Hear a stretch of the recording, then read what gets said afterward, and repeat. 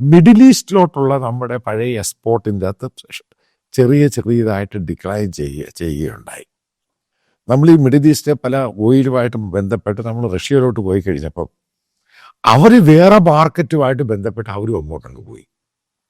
ഇതെല്ലാം മാറ്റർ ചെയ്യുന്നുണ്ട്. ഒരു കാര്യം ഞാൻ പറയാം, യഥാർത്ഥത്തിൽ ഈ നമ്മുടെ ഇന്ത്യ അമേരിക്ക ടാരിഫ് യൂറോപ്പുമായിട്ടുള്ള പ്രശ്നങ്ങൾ എത്രയും വേഗം പരിഹരിച്ചില്ല എങ്കിൽ എൻ്റെ ഒരു കാൽക്കുലേഷൻ അനുസരിച്ച് മാർച്ച് ഏപ്രിലോടുകൂടി ഇന്ത്യൻ കറൻസി 100-ന് മുകളിലോട്ട് പോകും. അത് ഇന്ത്യൻ എക്കോണമിയെ വല്ലാത്ത രീതിയിൽ ബാധിക്കും. ഒരു കാര്യം നിങ്ങൾ മനസ്സിലാക്കണം, എപ്പോഴും കറൻസിയുടെ വാല്യുവേഷൻ പോകാതിരിക്കാൻ വേണ്ടി RBI ഇൻ്റർവെയിൻ ചെയ്യും. അതായത് ഇന്ത്യൻ നാഷണലൈസ്ഡ് ബാങ്കിൽ കൂടെ ഷെഡ്യൂൾ ബാങ്കിൽ കൂടെ ഇന്ത്യൻ കറൻസി ബൈ ചെയ്യും. മാർക്കറ്റിൽ നിന്ന് ബാങ്ക് ത്രൂ ആണ് ബൈ ചെയ്യുന്നത്, എന്നിട്ട് ഡോളറിൽ ബൈ ചെയ്യും. അങ്ങനെ ബൈ ചെയ്ത് ഈ കറൻസിയുടെ വാല്യുവേഷൻ കുറയാതിരിക്കാൻ വേണ്ടി ബൈ ചെയ്ത് ഇന്ത്യയുടെ ഫോറിൻ എക്സ്ചേഞ്ച് കുറഞ്ഞു പോയി. അത് ഡീപ്പായിട്ട് ബാധിക്കും. അതിൻ്റെ പേരിൽ RBI ചില കാര്യങ്ങൾ ശ്രദ്ധിക്കുന്നുണ്ട്. എത്രമാത്രം ഇൻ്റർവ്യൂ ചെയ്യേണ്ട.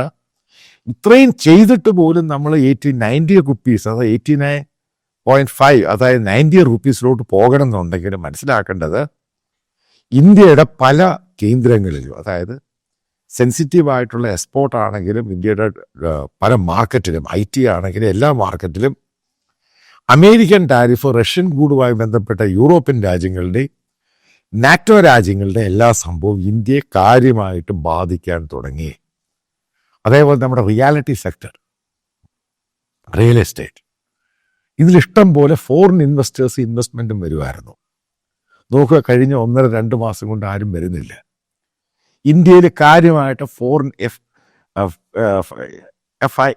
Foreign direct investment, FII, foreign institutional investment, അത് ഷാർപ്പായിട്ട് അങ്ങ് ഡിക്ലൈൻ ചെയ്തു. പിന്നെ ഇവിടെ പണം സ്റ്റോക്ക് മാർക്കറ്റിലൊക്കെ ഇൻവെസ്റ്റ് ചെയ്തിട്ട് അവർ ഈ പണം തിരിച്ചു വരിക്കാൻ തുടങ്ങി.